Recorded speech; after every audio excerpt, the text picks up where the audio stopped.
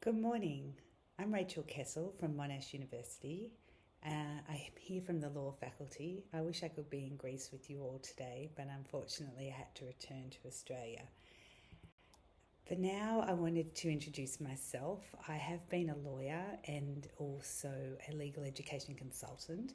I did a Master in Education in Expert Teaching Practice, and I've been fascinated by how technology can enhance what I call a Pracademic mindset, where we're teaching students to be both practical and academic and preparing them for the future of work. Today, I'm talking about the gap that I see in our AI education, and that is, whilst there are many tools available and whilst there's a lot of literature supporting the use of AI tools, what I'm unsure about is how pedagogically it's being implemented, where across the board we are using it as educators, as students more and more, but we haven't actually been necessarily taught to use it in the most effective and responsible way. For now, what I see as the biggest issue is that black box or generative AI, that essentially answers are going on behind a screen. We don't see the reasoning. We don't see the step-by-step process. We don't see the working out. And when we obscure the reasoning that goes into these machines, students are unable to verify that reasoning or understand and follow the step-by-step process before arriving at an answer. And the paradox I'm seeing in particular in the law field is that once we make this reasoning invisible, we are really doing our students a disservice. And then when they go out into the world, the paradox is that perhaps AI is making things overly visible. And that's because things like Zoom, various meeting tools used by law firms are automatically recording everything. And whilst AI is taking those notes, it might also be inadvertently breaching legal professional privilege and breaching a lot of client privacy rights. So we have a double-edged sword here. I would like AI used to show its reasoning, to prompt my students to think, to encourage critical thinking skills. And at the same time, they need to know how AI works and the transparency and I guess the dangers in making reasoning overly visible, creating digital trails that can be quite compromising in terms of preparing and strategically managing client cases in the future. So I've come up with a dual transparency pedagogical framework, and I'll explain what I mean by dual transparency a bit further. But in simple terms, it is the machine needs to be transparent. We need to see where our sources are coming from. We need to verify. We need to make sure things aren't hallucinated responses. And at the same time, we want students to use their voice, to show their visible reasoning, to see and hear from a collaborative based classroom. And students start trusting their own voices rather than deferring always to a machine as a sort of answer generator. We need to have their, in terms of sequencing, we need their views first before we then consult with AI. And when we do consult with AI, we need to make sure that that's transparent in the algorithms and what's going on behind the scenes as to where they're getting their information from. So we will continue and talk about that some more this morning. For now, I term it fast food cognition. Like fast food, it might be satisfying at first bite. It might give you a polished answer. It might give you great citations, references. It might look, appealing. And yet the longer term effects, I think, are going to be borne out as the research continues into this area. Traditionally in law school and in probably many other areas of education, students are meant to struggle. Students engage with ambiguity. They start distinguishing facts. They start wrestling with ideas. They might, in the law field, synthesize various competing authorities where one judge interpreted a case this way, another judge interpreted a case that way. What is their view? How can they use past precedents, which is our very common law tradition of doctrine of precedent? Hundreds and hundreds of cases have gone on before, and yet if we're dealing with a new case and a new problem, we want to give some original thought, and yet we need to consult the past to make sure that we're applying the law in a consistent way. And yet every case is open to interpretation. There is no one right answer. And if AI keeps presenting this beautifully neat, packaged up answer without knowing what goes into it or behind that answer. We'll have students in a courtroom one day where a judge asks them on the spot, how did they get to that reasoning, or is there another case that perhaps goes the other way? And if they've only come up with answers and they haven't actually done the hard work, the messy middle, the navigating through ambiguity, they won't really know where their reasoning is kind of coming from. It's been hidden, it's been obscured. And Gen AI disrupts everything because it goes from woe to go in a straight line with a straight answer, without really acknowledging all the sweat, effort, tears that go into really nutting through very difficult problems. So I have this image of the black box which spits out an answer, and I have a new form of explainable AI, or XAI, which is more and more, there's momentum behind XAI because this is where computer scientists are trying to explain how the algorithms, how the computations in plain English arrived at their conclusion. Because if you can't see what is going on behind a machine, if you can't see how a machine has scraped the entire internet and then ordered and come up with some sort of reasoned response, I imagine that a lot of students think that they could ask the generative AI tool, just explain your reasoning. But what we don't realize is a generative AI tool that is unable to be interpreted, unable to be investigated, can just justify its own line of reasoning and keep, some kind of hallucination, or keep a post hoc narrative of exactly how it got there, and it still might be false. Unless we have explainable AI, unless we have transparency of the machine, we're not going to know if our information is actually accurate or what it's based on, or if there are biases built into it. We really need to understand what is going on behind the machine. So that is pillar one of the dual transparency framework. What is going on behind this machine? Now, fluency is not the same as understanding. Black box, as I said, will spit out that perfect answer, but that answer, when we prompt it for an answer, generative AI might give a post hoc narrative that sounds plausible, that might be fabricated though, and there's no way of knowing. So fast and fluent outputs can create this illusion of understanding.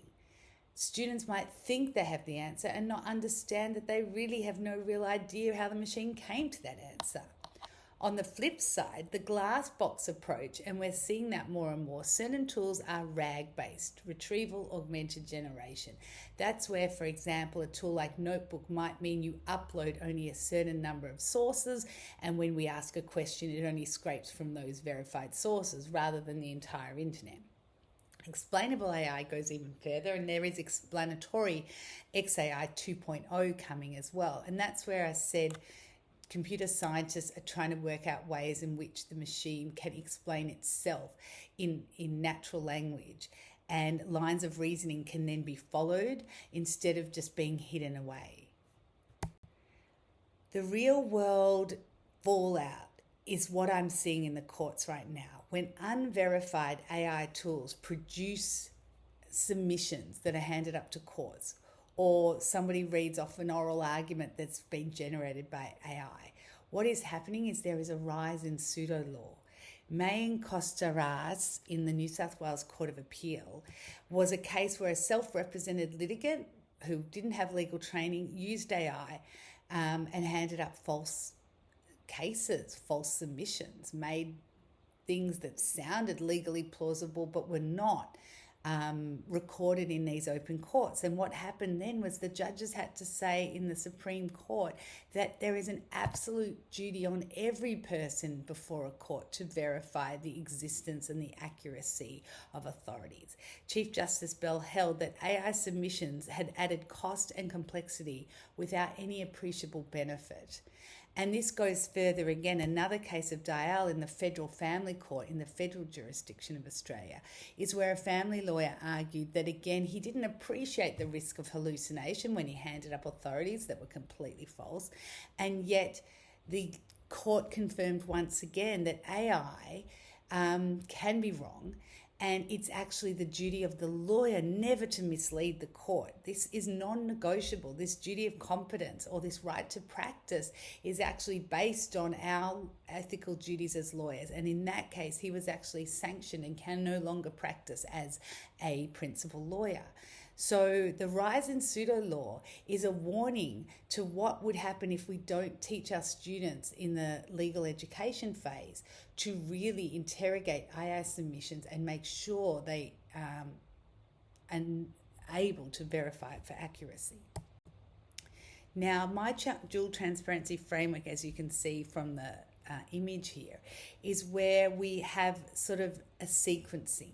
Human transparency is always first, and this is where creativity, originality, it's where we want, as all educators, our students to use their individual voices. And again, it is collaboration, not completion, that is really going to be what sets our future students apart. Because if we come from lived experiences, we have something to share.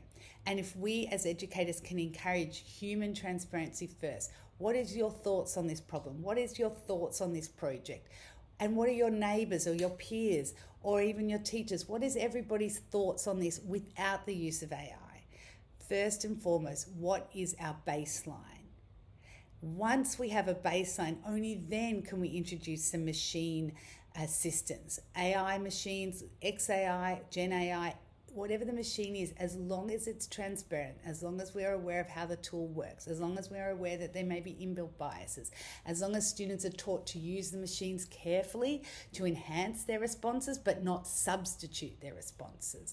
And this is where prompting becomes important. Instead of just prompting everything for an answer, we want to sort of re-engineer AI to prompt our students, to think outside the box, to prompt our students to think differently. And that's where together, with proper prompting, with transparency of a machine, and with human and peer collaboration, together we coexist where AI and human integrated reasoning can come to the fore. And if that's verifiable co-reasoning, that's a great place to be. And remember that baseline. If we need to assess, at least we can compare our baseline responses to what then happens in the evolution and the learning and the growth that happens when we do add in our machine enhancements. And then together, if there's a verifiable co-reasoned response and we can see the growth from the baseline to the eventual product, we don't just have an instant output, but we have a properly formatted coexistence or symbiotic relationship between human and machine. And that's where real learning can occur. So the dual transparency framework in practice requires pillar one, that human transparency. We assess the quality of the baseline reasoning, not just the final output. The pillar two being the machine transparency or verifiable AI interaction is where students are taught to use an XAI system or to use a RAG system and audit their own citations, make sure they can trace every single fact, every single case name, and not rely on some generative AI that might well and truly be wrong or fabricated completely. So we do want to teach them to use the tools carefully. Finally, the Pracademic outcome of this is that we are teaching them in practice to verify, which we know we need out in professional practice, so there are no sanctions for handing up pseudo-law in the future.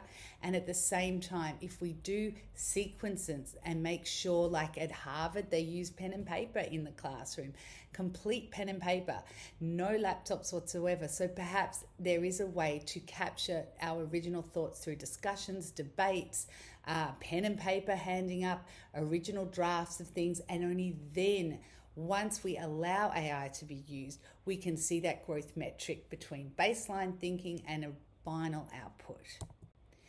Prompt literacy does become part of the curriculum. As you can see, we don't want prompts that completely bypass critical thinking and problem solving. We don't want students to be able to say, write a legal essay or write a memorandum or essentially answer an exam. And ChatGPT has gone to law school and has passed with flying colours, even achieving a distinction here at the University of Melbourne.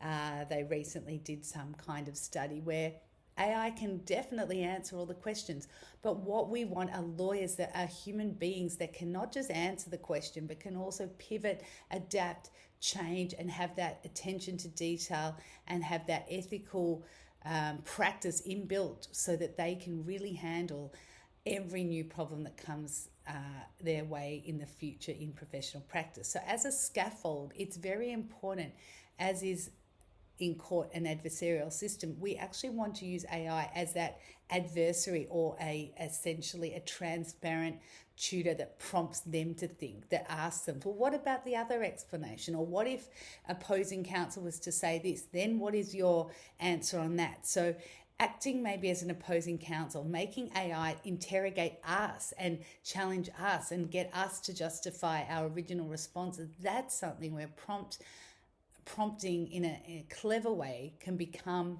like a Socratic tutor that is actually constantly asking a student questions that they then have to think for themselves rather than using a machine to think for them. The paradox, of course, in law in particular, is this two-sided transparency. A bit of a problem is, as an educator, I absolutely want that reasoning to become visible. I want to be able to assess their genuine, authentic selves and their lines of reasoning. I want to seek to make them learn and deeply think about the issues and problems. On the flip side, when they get into practice, we have reasoning that is becoming a bit over visible, and that's where legal practice requires them to be a bit more strategic about when to use AI and to make sure that AI isn't automatically recording and maybe even breaching the privilege that clients expect when coming into a law office. So as educators, we want to have academic and professional synergies. We want to make sure we're teaching them to explicitly verify and track each and every step of a process. It's no use hiding behind a black box. It's no use them not seeing how they got to the answer, because as older educators, we can remember struggling through a massive textbook and summarizing it for ourselves and knowing the difference between crafting an essay that took hours and hours to write versus one that's generated like this. Our students of today might have no reference point. They literally can't see the steps they're missing because they never engage in those steps. And that's where I'm most worried. If we don't have transparency, if they aren't able to follow a line of reasoning, they don't even realize they're cheating themselves almost out of their critical thinking development and education. So our ethical obligations are something where we really need to make sure we teach how to control data, how to also at the same time prohibit using public AI in a way that is irresponsible, and understanding that there could be breaches of confidentiality down the track with all the information they're inputting into public AI tools. We really need to be careful. So we need to teach, again, how to use AI properly. And that's why a pedagogical framework is so important, with 800 million users and plus uptaking this tool more and more. They're not even realizing what it is that they're doing. And whilst they said it's fast food, it's convenient and it's quick, the long-term effects and the long-term ramifications in the professional field are staggering. So we really need to act as educators right now to develop these networks, or frameworks rather, to then ensure in each discipline that we teach in, we're doing the best for our students and preparing them for their professional practice later on. We don't want to assess just what they produce, but again, how they think. And collaboration with peers is an absolute skill for the future. So we want human transparency individually and collaboratively before then consulting machines, and then getting to a point where there's synergies between us all and it's enhanced, but at the same time still accessible as a learning growth metric. So to close off, I just really want to think together. I wish I was there in Greece with you, I really do, but hopefully I'll be able to attend another Learning Ideas conference in the future. For now, I want to leave you with those thoughts that fast food cognition might weaken the judgment that we are trying to demand in practice. We want dual transparency to make human and machine co-reasoning visible. And we want collaboration over completion. We want to assess the growth, not just the output. So I'd be so happy to connect with you. Please email me at rachel.kessel@monash.edu or find me on LinkedIn. And together we can really use AI to prompt our students to think. Thank you.